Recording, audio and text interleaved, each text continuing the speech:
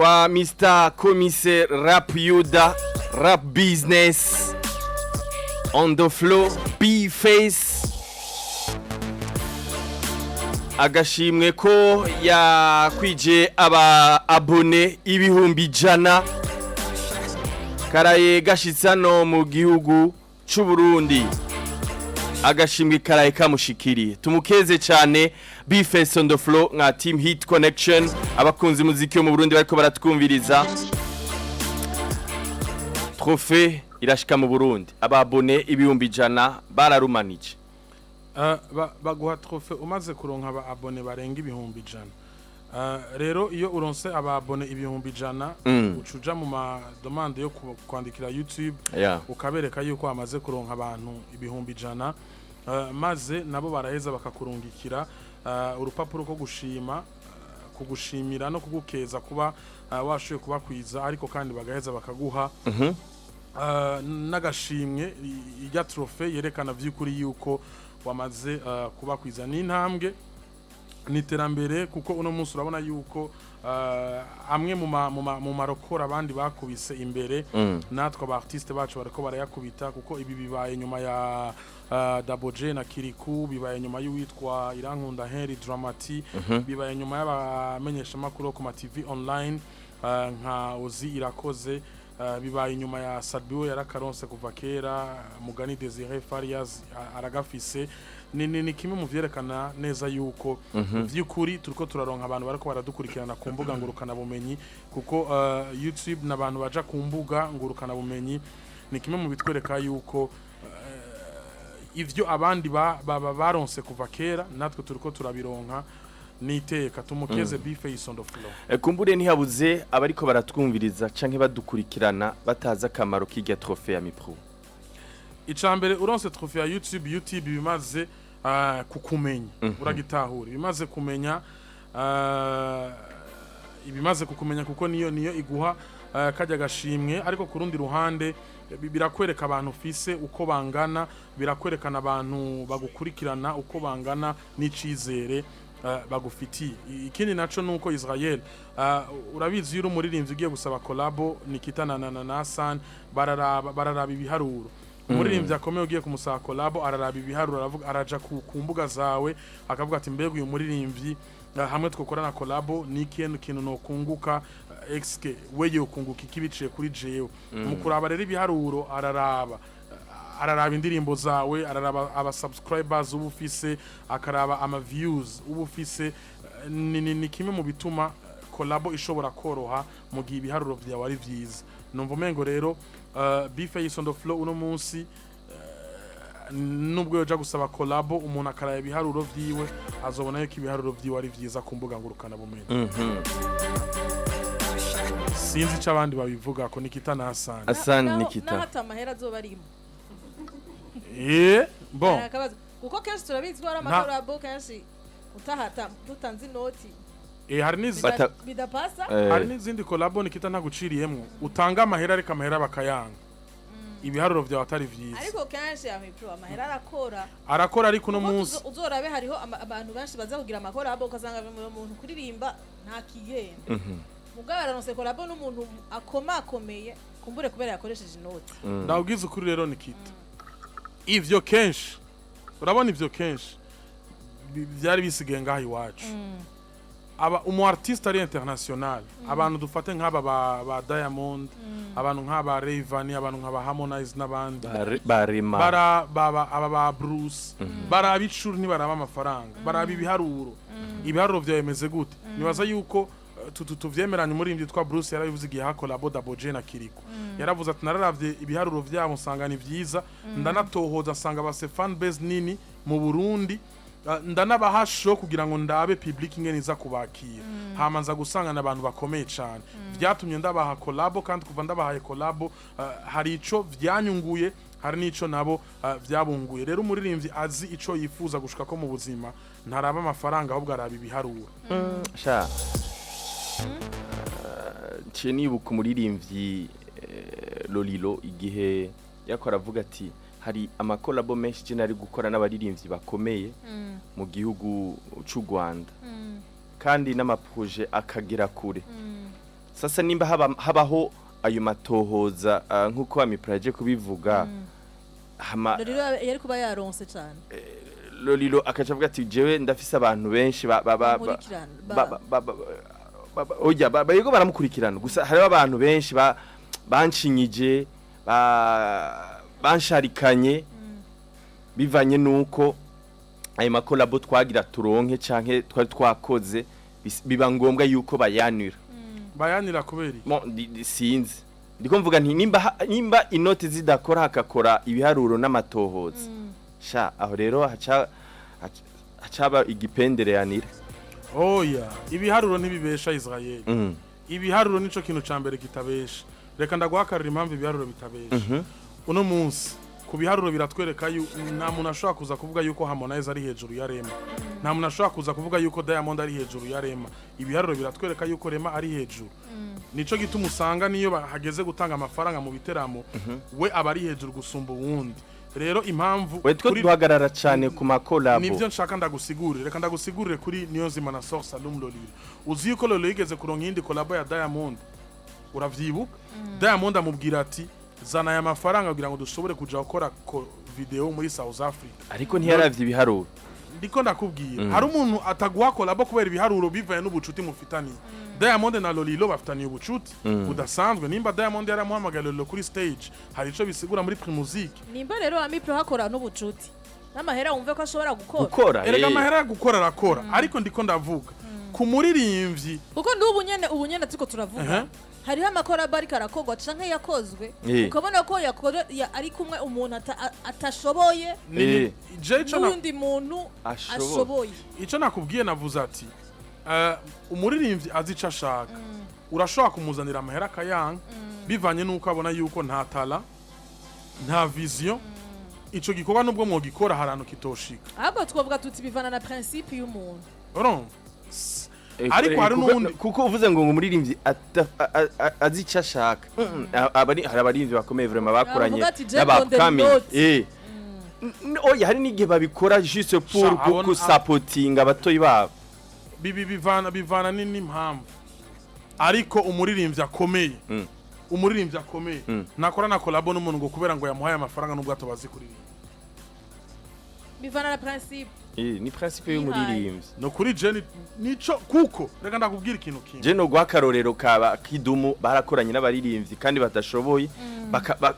akanabafasha wanashaka kanabarihira n'amadege niki Big Fizzo ntamaze gukorana n'abaririmbyi b'abapcoming ntibazi ivyo bashaka muri bikari nk'abande oya dutanga uturorero hama nda je na urorero notanga ndazi ubazi uratanga karorero hama tugasigurira nawe ndabizira bazi oya je nabonzi Israel nushaka kumushira muki oya akoranye rindira Fizzo yakoranye na Dojo San oya nitwe yaraba yose mugabo hariho abaririmbyi vraiment yafashije abo rero vyo kandi wanashaka ni bande hamaca tumenya impamvu yakoranye nabo kuko turi muri hit connection vyose turabivuga tukabisesa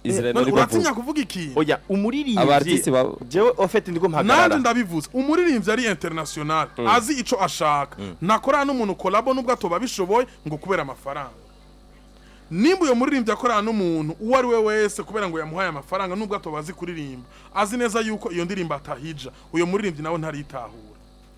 ariko benshi bakeneye amahera Amipro erega umu artiste bakeneye kugira amafaranga hari umuririmbyi ya San reka ndabwiza ubu miliyoni ijana ngo kubera atabasika bufise benshi akayanka nibikunda akayanka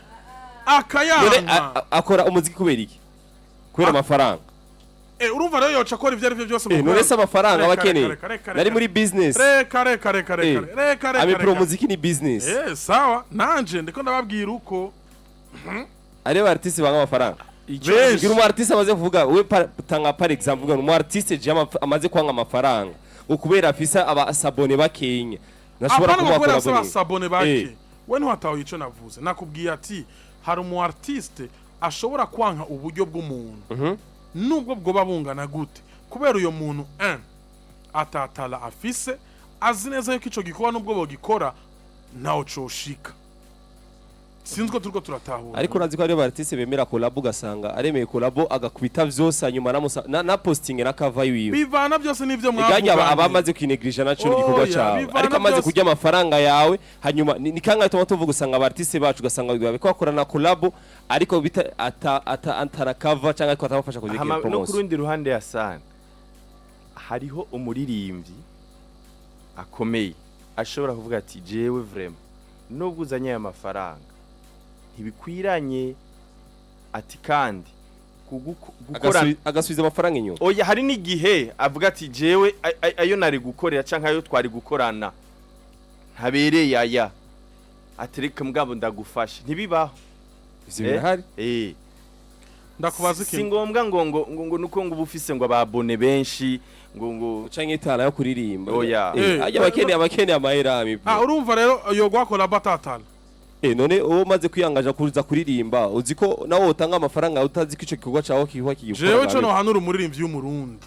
kandi akivuze peut-être umwe afise ico afise ivyo abona sivyo n'ivyo akorerako nkuko Nikite yabivuze ariko jewe ico no hanura umu artiste wese ariko aratwumviriza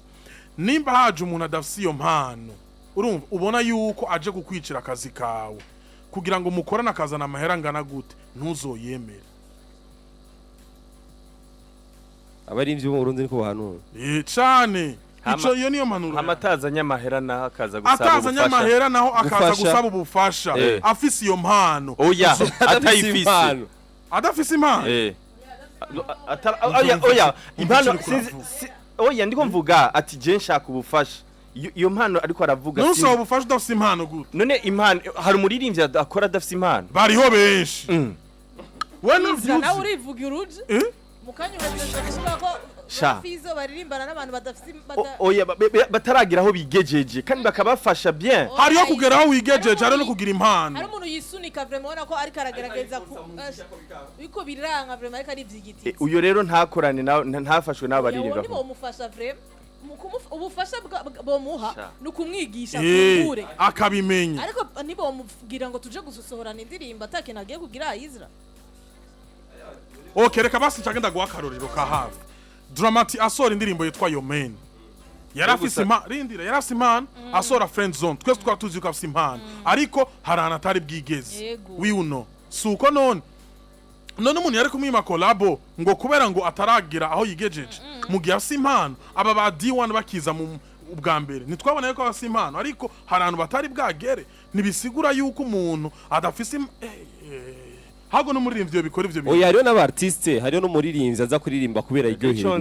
ico nzi hago mwari kuvuga ati uno munsi hari abaririmbyi baza kubera bumvise nikitaririmba bakumva yuko nabo bishobora bakumva yuko boririmba ivyo twama twabibonye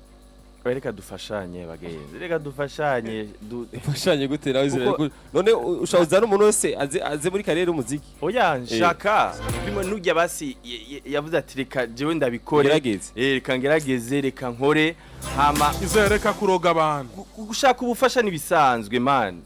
ntawavutse rimwe ngo yuzure ingoro Izra ubufasha none ndakubaza ikintu kimwe basi example yo mu buzima busanzwe wewe uratanguye dufate dutegeza gutangurira muri maternelle kugira ngo twimenyereze uwa mbere wewe ushaka gusimbira mu wa mbere canke mu wa kabiri birakunda babanza kuguha ubwo bufasha bakagushira muri maternelle bakakumenyereza ukaja mu wa mbere ufise akanotion twariko turakeza bifeso on the floor kuba abone yaronse tubaza akamaro canke akunguko ko kuronka irya trophée mwumvise ikiyago twaciye tubandanyiriza ko ariko kandi ni vyiza yuko twigishanya ni vyiza yuko duhadurana dupartage idea atandukanye kugira ngo umuziki wacu canke n'abanyamuziki bashobore gutera imbere ego amipro yarafise ubutumwa hari umuntu yaranditse kwanza message yanditse ati business way amipro arafise point baraba numbers umuntu asanzwe afasha aba artiste ari hanze hama ivyo Israel avuze bivana na kindness amipro business we abaririmbyi benshi baraba numbers umuririmbyi afise bitagenze uko niyo amahera acaba baca bafatira ku mafaranga nibaze ko umuntu acana kigarukako uno munsi hari aba artiste benshi ugenda gukora nabo bakavuga ati nta tala ihari ariko kubera nubwo atatala ihari reka turabe eske uyu muntu muri kiriya gihugu ameze gute uragitahura eske uyu muntu hamwe twokorana muri kiriya gihugu nomenyekana uravyumva kubera hari abantu usanga hari abantu usanga uno munsi nta tala yatari ihari ariko mu gihe ageze gukorana n'umuntu igikogwa urumva akavuga ati reka ndabe eske Israel mu Burundi bimeze gute eske Israel no munsi none Israel ni aba DJ batarenze ariko ateguye amashow yuzuza ni bariyo benshi Alvin mu minsi zera tugiye ko atampano yo kuririmba afise ariko kubereka araronka amakolabo ni kubera abantu bavuga ati Alvin arafise izina muri kiriya gihugu dukoranye bivanye na fan base afise haraho byoshika erga amakolabo reka ndagwa akaruka hafi ushaka ndagwa amakolabo y'aba artiste b'abarundi bakoranye n'abanyamahanga Natasha yarakoranye na Fally Ipupa wiuno oui Natasha yarakoranye na yitwa gute uyo muri Kenya Calligraph Jones sivyo ndiko ndakuzana Alvin yarakoranye na Bwiza yarakoranye na uyu Juno Kizigenza sivyo Bruce yarakoranye na Kiriku na Double J aya n'amakolabo turiko turaza Fizo yarakoranye n'umuntu yitwa Ice Prince Sadbi yarakoranye na Sauti Sol indirimbo itarasohoka Sadbi yarakoranye na Otile Brown Sadbi yarakoranye na Medi D1 yarakoranye na Social Mula Dramati yarakoranye na Bahati yo muri Kenya indirimbo igiye gusohoka K-Back yarakoranye na Kidumu nk'akaro dushaye tugaruke ngaho kuri K-Back tugenda kimwe kimwe wibaza yuko no munsi Kidumu yahaye K-Back Collabo kubera ngo akaze mu mpano okay sawa nakaze mu mpano nko kubivuga arafise abantu benshi bamukurikirana ntabafise benshi yaramuhaye amafaranga oya nta mahera yamuhaye reka nese ubufasha ubwo nako ndavuga reka rero tugende dusigurire habwo uritsinze je nako ndavuga ni hari aba artiste bakomeye bashobora gusupportinga batoyi babo wanashaka ntibarabe ngo noti bahawe canke ngo bafise ngo abantu benshi bakurikira nibyo navuze nanje navuze ubufasha amipro yavuze ko habari ubucuti mufitaniye bazinanyemwo hari umuririmbyi agwa Collabo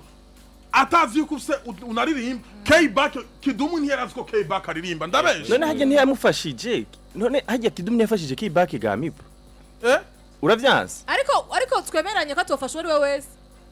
uravyanse ariko twemeranye yamufashije kubera ubucuti bafitaniye hajya none Kidumera yarafitanye ubucuti burenze na Mona nande na Mona nawe none Kidumu ntakora bikora kuri sous forme yo gushigikira tubizi gute ko atamuhaye amafaranga tubizi ni gute ko iyo Collabo atayirisha Mona nivyo ndiko ndavuga peu importe y'amahera uko namona ari canke abo babone muvuga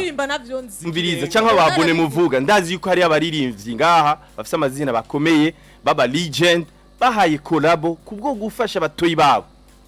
bataravye ngo wampaye amahera kubera bari bafise no ushaka kuvuga ko Kiduma kubera bari bafise impano ntazi icyo ashaka mu buzi kubera bari bafise impano reka ndakubwiza ukuri Israel ibi bintu ndabivugiye ngaha sivyo ndabivugiya iyo aba Kidumu yaronse aba manager nk'abajya Diamond afise Kidumu ntabari ahageze uno munsi abateye ubwoba urumva ico kintu mvuze Kidumu nawe uzanye ibindi manager turacyari kuri kijya lindira shatse kwereka yuko hari n'ahantu Kidumu no munsi aba yarageze atigeze agera bivanye n'ingene yakoze muri ijya myaka yiwe bivanye n'abantu bakoranye ndakubaza ikintu kimwe tugende bukebuke Kidumu niho aragenda muri za Tanzania gatwara za Kilimanjaro award imbere y'abartiste bakomeye ntiyazitwara bindira eskuna munsi level Kidumu ariko niyo irika abandi bartiste oya ntuwave uhindura uja mu bindi guma haje nyene twari ivyo vy'amafaranga n'ababone ngo baraba ngo abartiste ngo bazi ico bashaka ngo nubwo ngo babaha amahera ngo baranka gutanga Collabo kumuririmbyi ngo akiri muto umartiste sinavuze kumuririmbyi akiri muto yesa ntumbeshe adafise impano navuze ati umuririmbyi adafise impano abameze gute umuririmbyi atavyazi ni bariyo ayi ntibariho none ga Israel wowe ngore wakira abaririmbyi ukababwira ati wowe n'amano ufise nta muri tugeze kwakira ngaha tukumva yuko aririmba amahopa asubire muri studio ngo Jenny ifitiye umugambi wo kudandaza ikaranga n'ibiyo ikaranga n'amagi nta mugambi wo kuririmba afise ntariho tureke kuroga abaririmbyi ahubwo tubereke icyo bategereza gukora bo kuriki umurimbyi adafise impano nabanza agende kwiga yego kuko turaza abantu benshi Israel batanguye atavyo bazi Chanel yatanguye akomeye induru azira bien frima yaje gute sindavyibuka yaje gute ushaka kuvyikura mu mengo navyuzi kandi ubizi yaje gute none bien frima yaje kujya tuje kubivuga hari umuntu uvuga ngo ariko ari force kuririmba ariko nyine ko araza ugasanga ariko bien frima ni umuntu artiste asohora video kandi zimeze neza sivyo ariko ingene ariko araza urabona ko ariko arevuriwa ingene etape par etape ariko ingene atanguye mu ntango abone mengo umuntu ariko arimenyereza gusa mengo naramenye ivyo arimo ariko ubu bien frima n'umu-artiste ko araza neza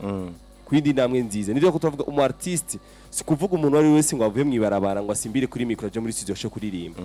oya urashaka kubona uno muririmvyi araririmba uko uretse gushaka kumviriza umuntu gato pardon ati bien frima yatanguye atampana afise ati ubu biko biraza kujya twashoye kubona indirimbo ziwe za mbere nino ndirimbo ariko gusura muri no minsi none biko biza gute ariko none si kwigana ariko arigana wene